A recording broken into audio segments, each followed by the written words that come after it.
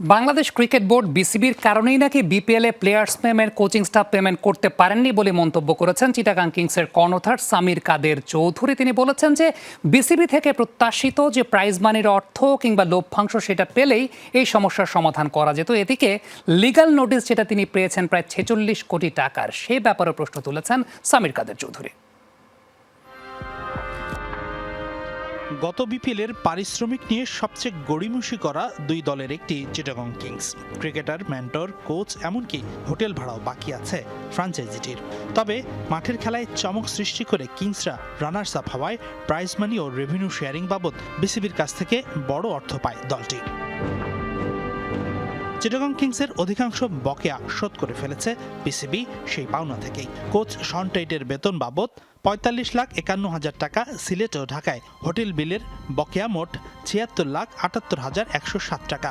BCB সেই দেনাগুলোও মিটিয়ে দিলে সামির কাদের চৌধুরীর কাছ থেকে উল্টো বোর্ড পাবে আরও প্রায় 77 লাখ টাকা।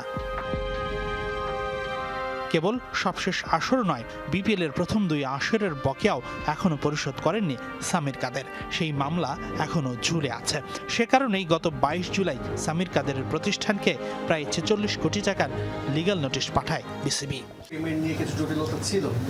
কিন্তু মজার বিষয় হলো সোমবার উল্টো বিসিবিকেই কাঠগড়ায় তুললেন চিটাগাং কিংসের স্বত্বাধিকারী। বিসিবির কারণেই নাকি পেমেন্ট জটিলতা সৃষ্টি হয়েছে, এমন অদ্ভুত দাবি সামির কাদেরের। মূল দায়টা আমি বাংলাদেশ ক্রিকেট বোর্ডেরই বলবো। আমি আমার পার্সোনাল ওপিনিয়ন থেকে বলবো, আমাকে যদি শুরুর থেকে তারা ঠিক মতো ট্রিট করতো হয়তো বা এইসব সমস্যা আসতো না আমার ক্ষেত্রে। এই ফিগারটা 46 কোটি টাকার, এটা না ওনাদের কাছে কোনো জবাব আছে, না আমার কাছেও কোনো জবাব আছে। প্রথম দুই আসরে চিটাগং কিংসের বকেয়া ছিল 13 কোটি টাকা। সবশেষ আসরে দল নেবার আগে 3 কোটি টাকায় সেই দেনা পাওনার সেটেলমেন্ট করা হয়, কিন্তু সেই টাকাও এখনো পরিশোধ করেননি সামির কাদের। সেই দায়টাও দিলেন বিসিবিকে। চুক্তির কাগজ নাকি হাতেই পাননি তিনি।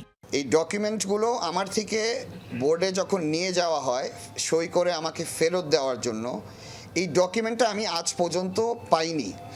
এই ডকুমেন্টটা ইজ এ লিগ্যাল ডকুমেন্ট। এই এগ্রিমেন্টটা যে আমার সাথে বোর্ডের হয়েছে, এটা আমি পাওয়ার পর সে না এগ্রিমেন্টটা একনলেজ করতে পারবো।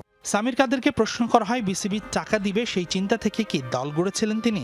পারভেজ ইমনের সাথে দ্বন্দ্ব, শাহিদ আফ্রিদির সাথে পেমেন্ট জটিলতা, হোটেল ভাড়া না দেয়া, এগুলোর দায়ও কি বোর্ডের?